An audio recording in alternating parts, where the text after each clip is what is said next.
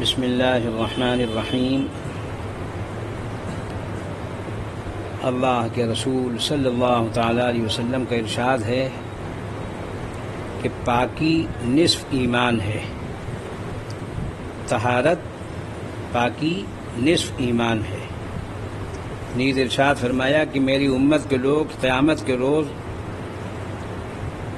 اس حال میں بلائے جائیں گے کہ وضو کے نشانات کی وجہ سے ان کے چہرے اور ہاتھ پاؤں چمکتے ہوئے ہوں گے، لہذا جو شخص تم میں سے اپنی چمک کو بڑھانا چاہے وہ بڑھا لے، یعنی جہاں تک منہ ہاتھ پاؤں دھونا فرض ہے اس سے کچھ زیادہ دھو لیا کرے تاکہ شبہ نہ رہ جائے۔ ارشاد فرمایا رسول اللہ صلی اللہ علیہ وسلم نے کہ مومن کا زیور وہاں تک پہنچے گا جہاں تک وضو کا پانی پہنچتا ہے۔ حضرت صلی اللہ علیہ وسلم نے ارشاد فرمایا کہ جنت کی کنجی نماز ہے اور نماز کی کنجی پاکی اور طہارت ہے، یعنی جنابت سے اور حدث سے غسل اور وضو کر کے پاک ہو جانا چاہیے، یہ لازم و ضروری ہے۔ ارشاد فرمایا حضرت صلی اللہ علیہ وسلم نے جس شخص نے ایک بال کی جگہ بھی غسل جنابت سے بغیر دھوئے ہوئے چھوڑ دی اس کے ساتھ جہنم کی آگ میں اس طرح عذاب کیا جائے گا، یعنی جو حصہ چھوٹا ہوا ہوگا وہ جہنم کا مستحق ہے۔ ارشاد فرمایا حضرت صلی اللہ علیہ وسلم نے جب آپ کا دو قبروں کے درمیان گزر ہوا کہ بے شک ان کو عذاب دیا جا رہا ہے اور کسی بڑی وجہ سے نہیں بلکہ ایک تو ان میں سے پیشاب سے نہیں بچتا تھا اور دوسرا چغلی کیا کرتا تھا۔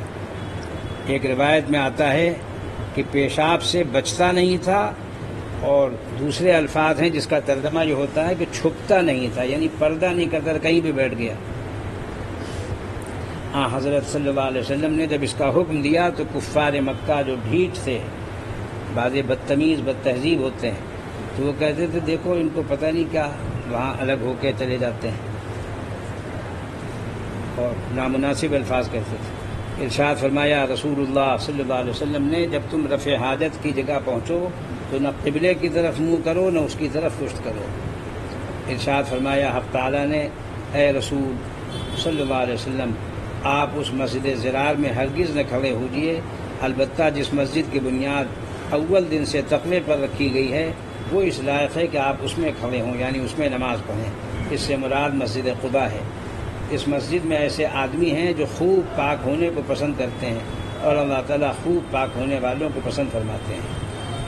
حدیث شریف میں آتا ہے کہ جب یہ آیت نازل ہوئی تو حضرت صلی اللہ علیہ وسلم نے مسجد قباء والوں سے دریا فرمایا کہ تم کیا پاکی کیا کرتے ہو، یعنی پاکی کس چیز سے حاصل کرتے ہو جس پر تمہاری تعریف قرآن مجید میں کی گئی ہے۔ انہوں نے عرض کیا کہ ہم پہلے ڈھیرے سے استنجا کرتے ہیں، اس کے بعد پانی سے استنجا کرتے ہیں۔ فرمایا اسی وجہ سے تمہاری تعریف کی گئی ہے، لہذا استنجا کا اہتمام اور اس میں بھی استبرا کا، بعض لوگ جاتے ہیں اور جھٹ سے نکل آتے ہیں، تو ہمارے اساتذہ اور ہمارے بزرگ جن کو میں نے دیکھا وہ اگر کوئی امام ہوتا تھا تو اس کو بلاتے تھے طالب علم یہاں ہو، کہتے تم فوراً گئے فوراً آ گئے، سب کی نمازیں خراب کرو، کہتے تم تنہا نماز خراب کرتے اپنی، اب سب کی نمازیں خراب کرو۔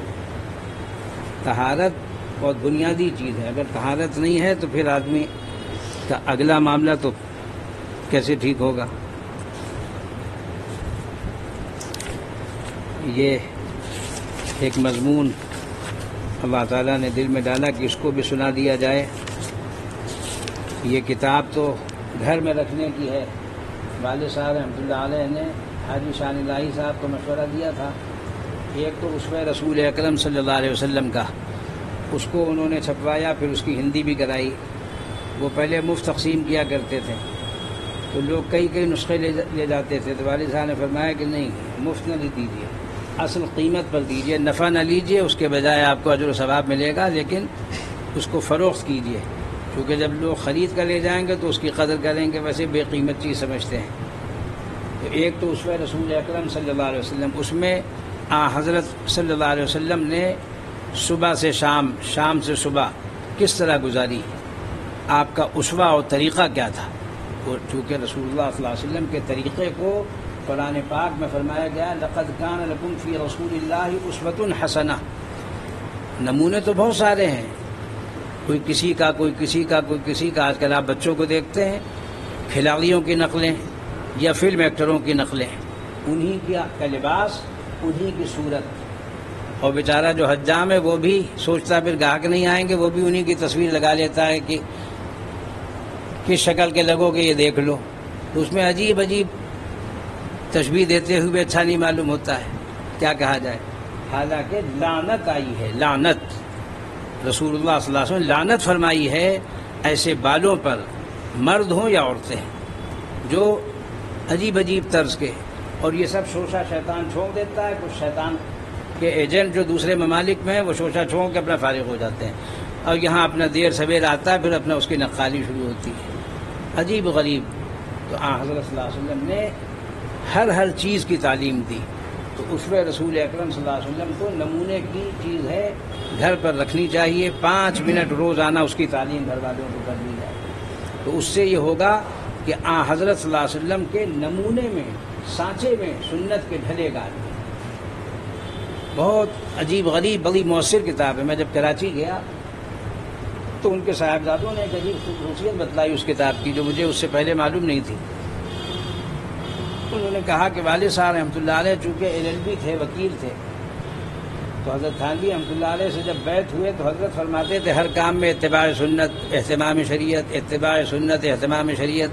بھائی اتباع سنت اہتمام شریعت یہ 2 سبق حضرت کے ہیں، تو اس کو ہم کیسے حاصل کریں؟ تو انہوں نے اپنے عمل کے لیے جو عالم باعمل تھے ان سے، حضرت کے خلفاء مجازین مریدین بھی، ان سے پوچھ کر سنتیں نوٹ کرنی شروع کی. اس کے لیے ڈائری بنائی اپنے عمل کے لیے، یادداشت. اور پھر اس کے حوالے وہ اکثر بتا دیا کرتے تھے. اور بات ہے کہ وہ کہتے تھے کہ سنت سے ایسا ثابت ہے، اعتماد ہوتا ہے، اعتماد سے مان لیتا ہے آدمی. اس سے ایک صاحب نے پوچھا یہیں لوہار گلی کی مسجد میں کہ تقلید کسے کہتے ہیں مفتی صاحب؟ میں نے کہا اعتماد کو. جو بڑوں پر اعتماد کرتے ہیں وہ مقلد ہوتے ہیں، جو بڑوں پر اعتماد نہیں کرتے وہ غیر مقلد ہوتے ہیں. سیدھی تعریف ہے. جو اعتماد کرے وہ مقلد ہے، جو اعتماد نہ کرے وہ غیر مقلد ہے. فرشتوں نے سب نے تقلید کی کہ بھئی حضرت جبریل جب مانگے پھر ہمیں کیا پوچھنا. ابلیس نے قیل و قال شروع کر دی. تو اسی لیے ہے کہ اس کی اصل ابلیس ہے. ابلیس نے عقلی شبہات پیدا کیے. عقلی شبہات نقل میں پیدا کرنا سنت و شریعت میں یہ ابلیسی صفت ہے. اللہ تعالیٰ اسے محفوظ رکھے. یہیں سے دروازہ کھلتا ہے دین پر اعتراض کا، سنت پر اعتراض کا، شریعت پر اعتراض کا، پھر اللہ والوں پر اعتراض کا، پھر شریعت و سنت سے. پھر ہر چیز میں عقل. اور بھائی میں اکثر کہا کرتا ہوں طبیعت اور عقل، دل دماغ اللہ نے سب کو دیا ہے، تو طبیعت بھی اور عقل بھی سب کو ملی ہے، علم سب کو نہیں ملا ہوا ہے. اسی لیے بوڑھا شخص ہے اور دوسرا شخص جوان ہے. اب جوان تو ہے عالم اور بوڑھا عالم نہیں ہے، تو اس کے لیے حکم ہے کہ اس سے آگے نہ چلے، بے ادبی پیچھے چلے اگرچہ بوڑھا ہے. کیوں؟ اس کو اللہ تعالیٰ نے علم عطا فرمایا. حضور اکرم صلی اللہ علیہ وسلم عمر میں اور حضرت عبداللہ بن عباس میں 2 سال کا فرق تھا. حضرت عباس میں، حضرت عباس آپ کے جو چچا ہے، حضرت عبداللہ بن عباس کے بھائی ہیں. تو کسی نے حضرت عباس سے پوچھا کہ آپ بڑے ہیں یا آپ صلی اللہ علیہ وسلم؟ تو انہوں نے دیکھیے ادب کیسے آتا ہے؟ شرافت سے. شرافت سے کیا چیز آئے گی؟ ادب آئے گا. ادب سے کیا آئے گا؟ علم. علم سے کیا آئے گا؟ عمل. ترتیب ہے. تو ایک لمحے انہوں نے، جیسے آدمی بولنے کے لیے سوچتا ہے نا، ذرا ٹھہرے اور تو فرمایا کہ عمر میں میں بڑا ہوں، رتبے میں وہ بڑے ہیں. تو پہلے آپ صلی اللہ علیہ وسلم کا نام لیا، فرمایا مرتبے میں وہ بڑے ہیں، عمر میں. تو فوراً فرق کیا تو تاکہ یہ نہ ہو کہ میں بڑا ہوں. دوسرا آدمی کیا کہتا ہے؟ علم نہ ہوتا کہتا میں بڑا ہوں، آپ چھوٹے ہیں یا وہ چھوٹے ہیں، فوراً اس طرح بتاتا ہے. اسی لیے بزرگوں نے لکھا ہے کہ اگر کسی بزرگ کے ساتھ جا رہا ہو تو یہ نہ کہے کہ وہ ہمارے ساتھ جا رہے تھے، بلکہ یہ کہے میں ان کے ساتھ جا رہا تھا، ورنہ بڑے چھوٹے کا فرق ہی نہیں رہ جائے۔ تو دوسری پہلی کتاب تو اسوہ رسول اکرم صلی اللہ علیہ وسلم ہے، اپنے عمل کی نیت سے حضرت نے لکھی، اس لیے اللہ تبارک و تعالیٰ نے اس میں خاص نسبت، برکت، اخلاص کی وجہ سے لکھی گئی تھی، اخلاص کی برکت عطا فرمائی کہ دنیا کی انگنت زبانوں میں اس کا ترجمہ ہو چکا ہے۔ اور یہ واقعہ ان کے صاحبزادگان نے مجھ کو گھر پر سنایا کراتی ہیں کہ والد صاحب نے یہ کتاب اپنے عمل کے لیے لکھی تھی۔ پھر جب مفتی محمد شفیع صاحب جو دارالعلوم دیوبند کے مفتی اعظم تھے، پھر وہاں مفتی اعظم ہوئے پورے ملک کے، تو جب ان کو انہوں نے ڈائری ایک دفعہ دکھائی ہے کسی اس سے ان کے علم میں آئی، تو انہوں نے فرمایا کہ یہ تو چھپا دیجیے اس کو، کیونکہ حضرت میں تو عالم نہیں ہوں، وکیل۔ تو آپ نے فرمایا کہ نہیں میں اس کو دیکھ لوں ایک نظر۔ وہ مفتی صاحب کو حضرت تھانوی رحمۃ اللہ علیہ کے بعد اپنے پیر و مرشد کے قائم مقام مانتے تھے، بہت اچھا ہے۔ حضرت نے دیکھا اور جہاں جہاں حوالے نہیں تھے اس میں حوالے دے کر اس کتاب کو مکمل ہو۔ اب وہ کتاب جو ہے بہترین اتباع سنت کی کتاب ہے، آئینہ۔ اور دوسری اور آخری کتاب ان کی یہ ہے احکام میت۔ ہر گھر میں جیسے پیدائش ہوتی ہے تو پیدائش جتنی ضروری ہے اتنی ہی موت بھی ضروری ہے۔ یہ نہیں کہ صاحب پیدائش تو ہوگی موت نہیں ہوگی۔ میری والدہ مرحومہ کہا کرتی تھی جس نے بھی ماں کا پیٹ دیکھا وہ قبر کا بھی پیٹ دیکھا۔ قبر کو اللہ تعالیٰ نے اس کے لیے قائم مقام بنایا، اب دنیا میں وہ ذریعہ ہے، اس پیٹ سے آتا ہے ماں کے، اور اس پیٹ سے اس برزخ کا دروازہ ہے وہاں جاتا ہے۔ تو یہ کتاب بہت عمدہ ہے، ہمارے استاد قاری صدیق صاحب باندھی کی بھی کتاب ہے، مگر وہ کتاب الجنائز کا مختصر ترجمہ ہے، بالکل جیسے کتاب الجنائز ہر کتاب کا ایک جز ہوتی، اس کا حضرت نے ترجمہ فرما دیا ہے، وہ بہت مختصر 8 برخ کی ہے، اور یہ مفصل کتاب ہے، کوئی جز حضرت نے چھوڑا نہیں۔ ڈاکٹر دلیل صاحب ہر گھر میں ہو تو پوچھنے کی ضرورت نہیں، لوگ اکثر فون کرتے ہیں، کہیں بھی ہوتا ہے راستے میں کہیں فلاں کا انتقال ہو گیا کیا کیا جائے گا، اس میں ہر مسئلہ موجود ہے۔ تو مجھے خیال ہوا کہ اس کتاب کو سنا دیا جائے، اس میں ایک بات آئی ہے، اس میں بعض لوگوں کو تعزیت بھی ہو جائے گی۔ حضور اکرم صلی اللہ تعالیٰ علیہ وسلم کا مکتوب ہے حضرت معاذ ابن جبل رضی اللہ تعالیٰ عنہ کے نام ان کے بیٹے کی وفات پر۔ حضرت معاذ ابن جبل سے روایت ہے کہ ان کے بیٹے کا انتقال ہو گیا تو رسول اللہ صلی اللہ علیہ وسلم نے ان کو تعزیت نامہ لکھوایا، جس کا ترجمہ یہاں نقل کیا جاتا ہے۔ بسم اللہ الرحمن الرحیم، شروع اللہ کے نام سے جو بڑا رحم کرنے والا و مہربان ہے۔ اللہ کے رسول محمد صلی اللہ علیہ وسلم کی جانب سے معاذ ابن جبل کے نام، تم پر سلامتی ہو۔ میں پہلے تو تم سے اللہ کی حمد بیان کرتا ہوں جس کے سوا کوئی معبود نہیں، اور حمد و ثنا کے بعد یہ دعا کرتا ہوں کہ اللہ تعالیٰ تمہیں اجر عظیم عطا فرمائے اور صبر کی توفیق دے، اور ہمیں اور تمہیں شکر ادا کرنا نصیب فرمائے، اس لیے کہ بے شک یہ ہے بنیادی بات، اس لیے کہ بے شک ہماری جانیں، ہمارا مال اور ہمارے اہل و عیال سب کے سب اللہ بزرگ و برتر کے خوشگوار عطیے ہیں اور عاریت کے طور پر سپرد کی ہوئی امانتیں ہیں۔ اس اصول کے مطابق تمہارا بیٹا بھی تمہارے پاس اللہ کی امانت تھا۔ اللہ تعالیٰ نے خوشی اور عیش کے ساتھ تم کو اس سے نفع اٹھانے اور جی بہلانے کا موقع دیا، اور اب تم سے اس کو اجر عظیم کے عوض میں واپس لے لیا۔ اس پر جو اجر ہے وہ عجیب بات، ایک دیہاتی بہت سپاٹ بات کرتے ہیں، بالکل سیدھی سیدھی، اس میں کوئی تمہید نہیں ہوتی اور نہ کوئی تکلف ہوتا ہے۔ ایک شخص آیا انہی حضرت عباس کے وصال پر حضرت عبداللہ ابن عباس کی خدمت میں، وہ فرماتے ہیں کہ جیسی تعزیت اس دیہاتی نے کی ایسی تعزیت میری کسی نے نہیں۔ والد صاحب کو وہ واقعہ حضرت مولانا ابرار الحق صاحب نے لکھا، تو والد صاحب بھی فرماتے تھے کہ مجھے جیسی تسلی حضرت ہردوئی کے خط سے ہوئی ایسی تسلی کسی اور سے نہیں ہوئی۔ بہت سے حضرات نے خط لکھا، حضرت نے وہی واقعہ لکھا کہ حضرت عبداللہ ابن عباس کے پاس وہ دیہاتی آیا اور کہا سنو تمہارے والد کا انتقال ہو گیا، اللہ تعالیٰ ان کی مغفرت فرمائے اور تمہیں ان کا جانشین بنائے، اللہ تعالیٰ نے ان کا جانشین تم کو بنایا۔ جو اجر عباس کی وجہ سے یعنی ان کے غم کی وجہ سے تم کو ملا وہ ان کے ہوتے ہوئے نہ ملتا، اس کے لیے ان کا جانا شرط تھا کہ وہ جب جائیں گے تو تکلیف و صدمہ ہوگا، رنج ہوگا، غم ہوگا، دل و دماغ پر اثر ہوگا، اس سے جو تکلیف ہوگی اس پر جو اجر ملے گا وہ ان کے جائے بغیر نہ ملتا، اس لیے ان کے جانے پر جو تم کو اجر ملا وہ تمہارے والد سے بہتر ہے. صاف صاف بات، تمہارے والد سے بہتر ہے. جو تم کو اجر ملا وہ تمہارے والد سے بہتر ہے، کیونکہ وہ اللہ تعالیٰ کی طرف سے دینا بھی اور پھر ادھر سے اجر.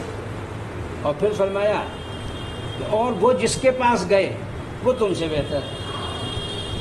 یعنی اللہ تعالیٰ فرمایا اللہ تعالیٰ تم سے بہتر ہے. پھر تم ان کو کیا آرام پہنچاتے؟ تو تم ان کو وہ آرام نہیں پہنچا سکتے تھے جو اللہ تعالیٰ کے ہاں ہمارا آرام ہے. لیکن سب کے لیے شرط کیا ہے؟ ایمان ایمان ایمان.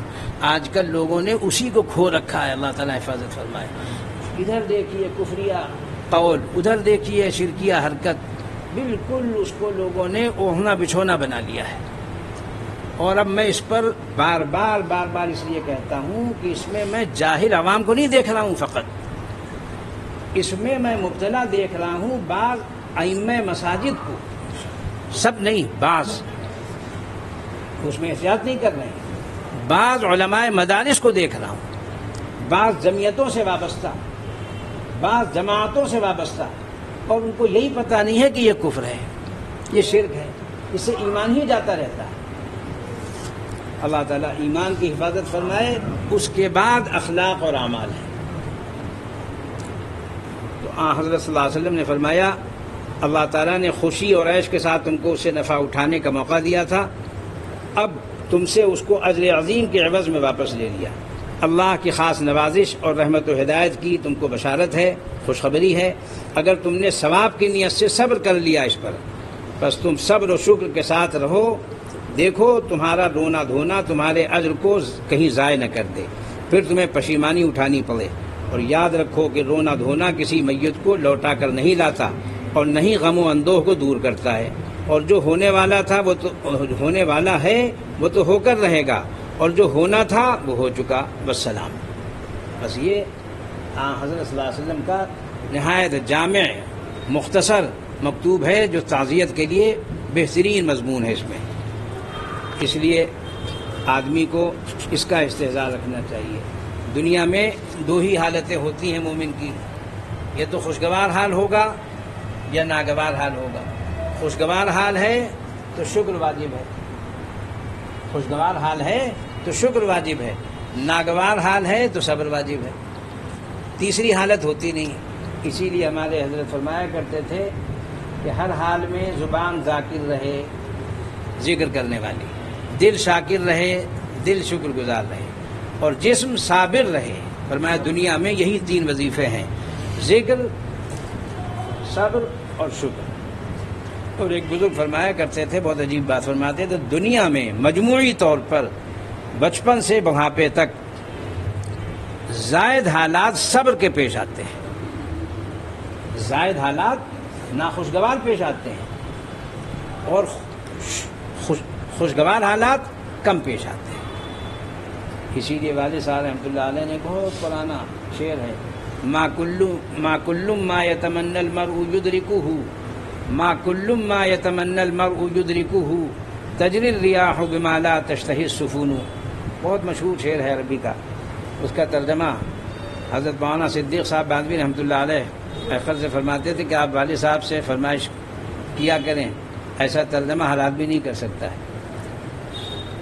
ہر ایک دل کی تمنا ملا نہیں کرتی، ہر ایک دل کی، اور دل کو دونوں طرح پہنچتے تھے، ہر ایک دل کو تمنا ملا نہیں کرتی کہ رخ پہ کشتی کے ہر دم ہوا نہیں چلتی. بالکل ترجمہ الفاظ سے بے حد قریب ہے. الفاظ میں بھرتی کے الفاظ نہیں ہوتے تھے ان کے یہاں، بالکل خالص. آگرے میں جب آئے تو کچھ ہی دن کے بعد ایک شعر کا ترجمہ کیا، کم عاقل عاقل آیت مذاہبہ وجاہل جاہل تلقاہ مرزوقا، ھذا الذی ترک الاوہام حائرۃ وصیر العالم النحریر زندیقا. طویل پتہ ہے عربی کا، بالکل محاورے کی زبان میں اس کا ترجمہ کیا. اس کو مولانا صدیق صاحب نے سن کر مجھ سے فرمایا آپ فرمائش کیا کریں، ایسا ترجمہ آدمی نہیں کر سکتا، بس ہی کا نہیں. دونوں زبانوں پر پوری قدرت ہے۔ کتنے ہی عقل والے پھرتے ہیں مارے مارے، کتنے ہی عقل والے پھرتے ہیں مارے مارے، ملتی نہیں ہے روٹی کھاتے ہیں غم بیچارے۔ جاہل ہیں کتنے ایسے رکھتے ہیں ڈھیروں پیسے، رہتے ہیں کر و فر سے غم ان کو ہو نہ جیسے۔ تدبیر پر مقدر کو غلبہ ہو رہا ہے۔ ایسا کیوں ہو رہا ہے؟ دنیا میں امتحان دے دیا گیا ہے۔ حضرت سیدنا علی کا ارشاد ہے نا، رضینا قسمت الجبار فینا لنا علم وللجہال مالو فإن المال یفنا عن قریب وإن العلم باق لا یزال، کہ ہم اللہ کی اس تقسیم سے راضی ہیں۔ حضرت علی فرما رہے ہم اللہ کی اس تقسیم سے، اپنی اس قسمت پر راضی ہیں بالکل۔ کیا تقسیم کر دیا کہ ہمارے لیے تو اللہ نے علم کو لکھ دیا اور جہلا کے لیے مال کو لکھ دیا کہ لے جاؤ اپنی اپنی میراث۔ لنا علم وللجہال مالو، اس کی دلیل بڑی اعلیٰ درجے کی، فرمایا مال تو ان قریب فنا ہو جائے گا۔ آپ قبر دیکھ لیجئے، قبر میں ایک کفن کے ساتھ وہ کچھ نہیں ہوتا اس کے، چاہے جتنا بڑا سیٹھ رہا ہو کچھ ہو، قبر دیکھ لیجئے، دائیں بائیں چاروں طرف مٹی اور بیچ میں وہ یہ لے کے جاتا ہے۔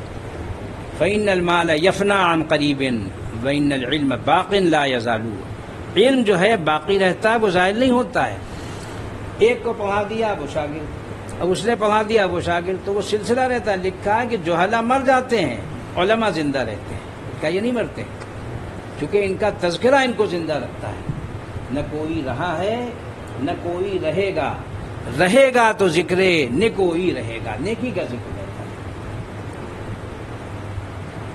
تدبیر پر مقدر کو غلبہ ہو رہا ہے، عاقل ہے اس سے حیران عقلائی کھو رہا ہے۔ اللہ تعالی ہم سب کو رضا بالقضا نصیب فرمائے، تسلیم و رضا نصیب فرمائے، بہت بڑا عمل ہے۔ وآخر دعوانا الحمدللہ رب العالمین۔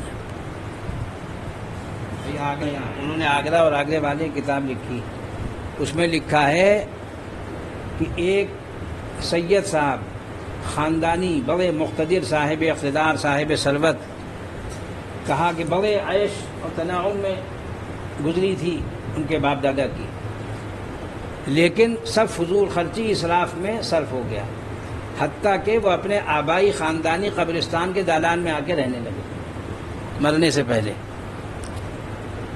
کہا میں گیا، ان کی حالت معلوم ہوئی کہ نازک ہے، تو عیادت کے لیے گیا تو دیکھا وہ اپنے خاندانی آبائی قبرستان کے دالان میں، کیونکہ احاطہ سا بنا ہوا، تو کہا میں نے مزاج پوچھا کیسے مزاج ہیں، تو کہ کان میں کہنے لگے مزاج وجاج کیسا، فاقوں نے حالت غیر کر دی ہے، فاقوں نے حالت غیر کر دی ہے، یہ واقعہ ہے، افسانہ نہیں ہے۔ اور کہا چند روز کے بعد ان کا انتقال ہو گیا، لیکن بڑی دھوم دھام سے ان کا سیوم و تیجا 40واں سب ہوا۔ یہ لکھ رہے ہیں سید صاحب، کہا کہ ان کے خاندان والوں نے کہا رے صاحب جگ ہسائی نہ کٹائی ہوگی، لوگ کہیں گے کیسے بتائیے مر گئے اور کھلایا بھی نہیں کسی کو کچھ۔ تو اس لیے اکبر الہ آبادی نے کہا تمہیں بتائیں کہ مرنے کے بعد کیا ہوگا، پلاؤ کھائیں گے احباب، فاتحہ ہوگا، بغیر اس کے ایصال ثواب ہوتے ہی